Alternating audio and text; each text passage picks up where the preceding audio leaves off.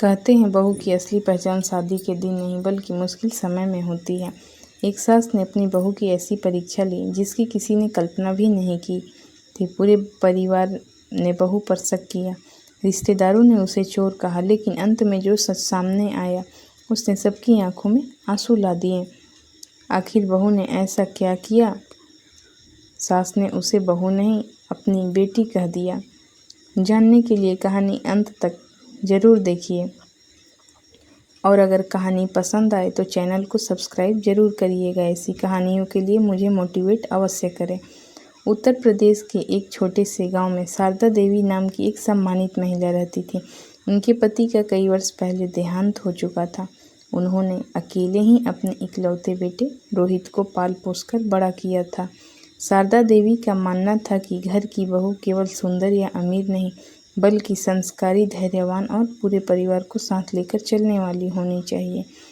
जब रोहित की शादी का समय आया तो कई बड़े घरों से रिश्ते आए, लेकिन रोहित ने अपनी पसंद से पूजा नाम की एक साधारण परिवार की लड़की से विवाह करने का निर्णय लिया। पूजा के पिता एक स्कूल में चपरासी थे और माँ सिलाई करके घर चलाती थी।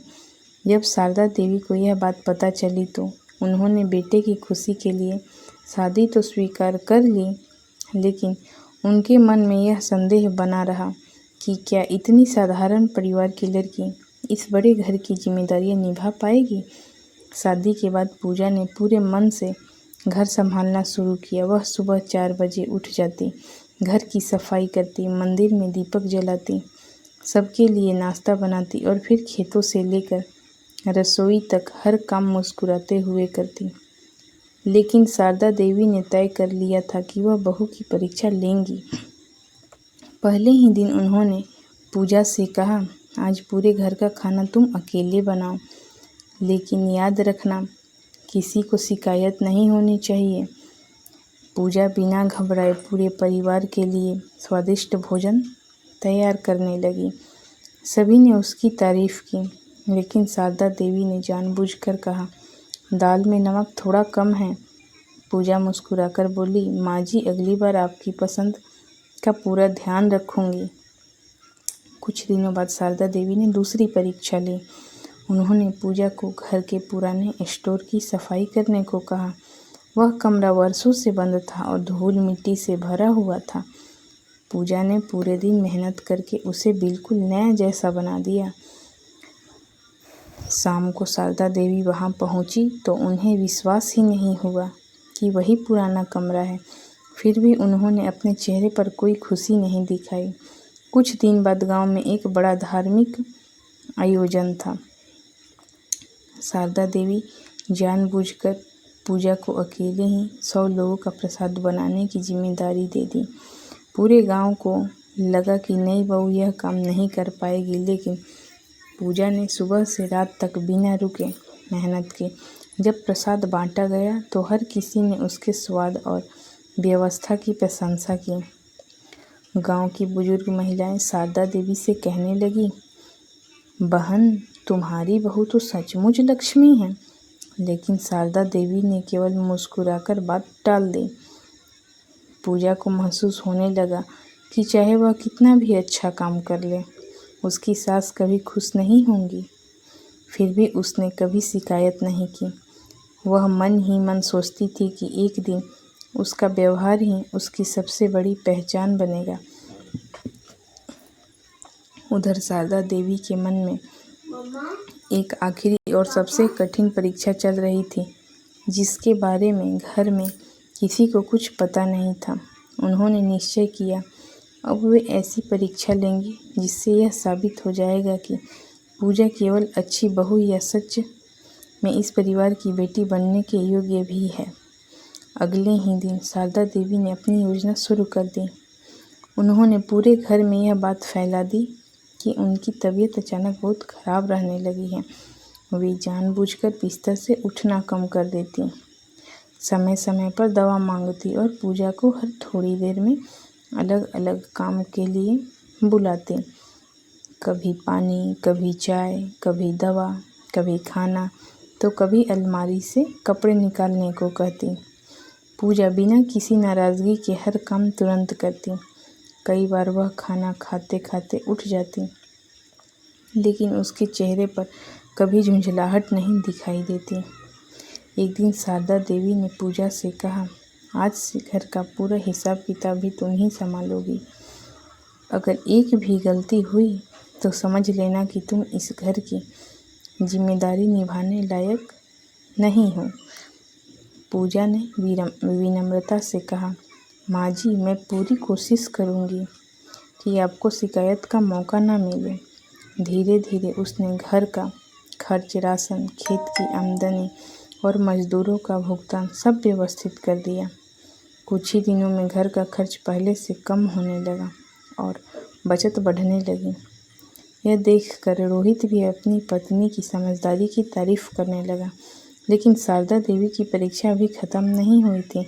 उन्होंने अपनी एक रिश्तेदार कमला चाची को बुलाया और उनसे कहा कि वे कुछ दिनों तक घर में रहकर पूजा के धैर्य की परीक्षा लें। कमला चाची स्वभाव से बहुत तेज थी। वे छोटी छोटी बातों पर पूजा को डांट देती। कभी कहती रोटी गोल नहीं बनी, कभी कहती कि चाय फीकी है, तो कभी उसके मायके का मजाक उड़ाती। पूजा हर बार मुस्कुराकर कहती, अगर मुझसे गलती हुई है तो मैं उसे सुधार दूंगी। उसने कभी किसी को पलटकर जवाब नहीं दिया।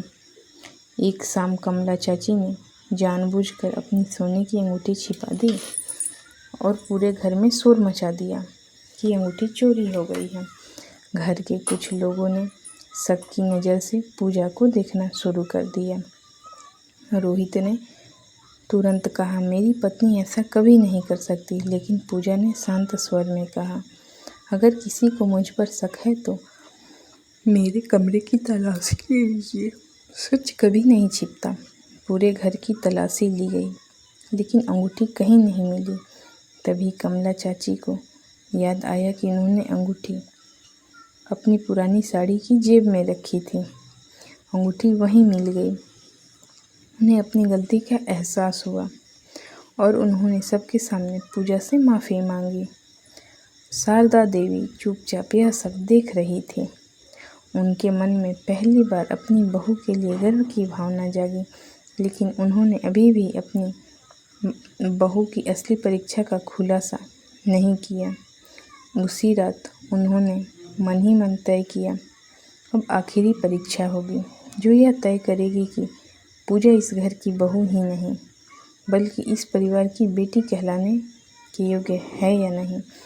कुछ दिन बाद शारदा देवी ने पूरे परिवार को बुलाकर कहा, उन्हें कुछ दिनों के लिए अपने मायके जाना है और उनकी अनुपस्थिति में घर की सारी जिम्मेदारी पूजा संभालेगी। जाते समय उन्होंने अलमारी की चाबियां, खेतों के कागज, घर का हिसाब और कुछ नकद पैसे भी पूजा को सौंप दिए। परिवार के कुछ रिश्तेदार यह देखकर हैरान थे। उन्हें लगा कि अब नई बहू से कोई न कोई गलती जरूर होगी। लेकिन शारदा देवी की असली योजना कुछ और थी। वे मायके नहीं गईं बल्कि पास के गांव में अपनी बहन के घर रुककर चुपचाप लोगों से घर की खबर लेती रहीं। इधर पूजा ने पूरे घर की जिम्मेदारी इतनी समझदारी से संभाली कि किसी को उनकी कमी महसूस ही नहीं हुई। मजदूरों को समय पर मेहनताना मिला, खेतों का काम ठीक से हुआ, घर के बुजुर्गों का पूरा ध्यान रखा गया और किसी मेहमान को बिना भोजन के वापस नहीं जाने दिया गया। तभी एक दिन गांव में तेज बारिश और आंधी आई। खेत की मेड़ टूट गई और पानी तेजी से फसल की ओर बढ़ने लगा।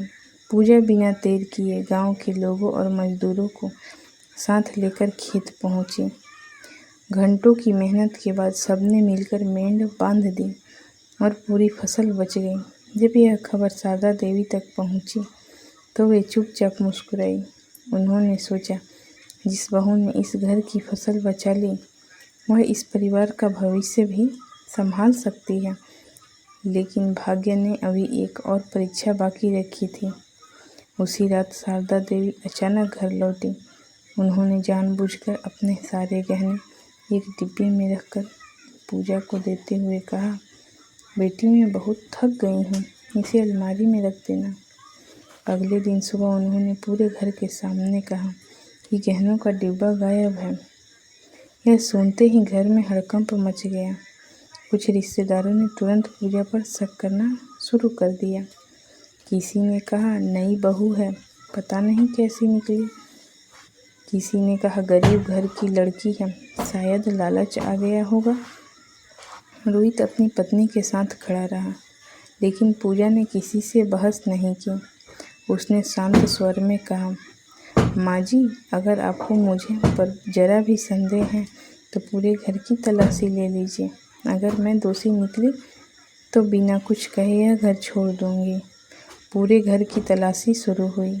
हर कमरा देखा गया, हर संदूक खोला गया, लेकिन गहनों का डिब्बा कहीं नहीं मिला। तभी शारदा देवी ने सबको रोक दिया।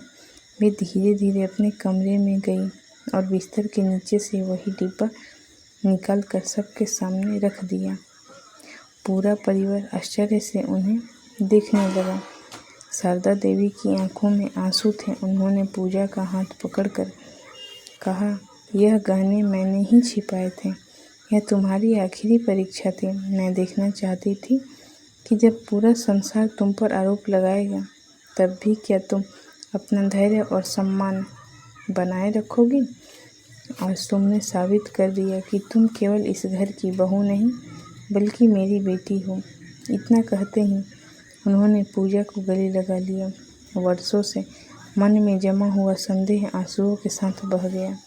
घर के सभी लोग भावुक हो गए। कमला चाची ने भी सिर झुकाकर कहा, आज समझ आया कि इंसान की पहचान उसके धन से नहीं, बल्कि उसके चरित्र से होती है। शारदा देवी ने सबके सामने घोषणा की कि आज से इस घर की हर जिम्मेदारी पूजा संभालेगी। जिस बहू ने हर परीक्षा प्रेम, धैर्य और सम्मान से पास की हो, उससे बेहतर इस घर की लक्ष्मी कोई नहीं हो सकती। उस दिन पूरे गांव में एक ही बात कही जाने लगी, रिश्ते खून से नहीं, विश्वास, त्याग और प्रेम से बनते हैं।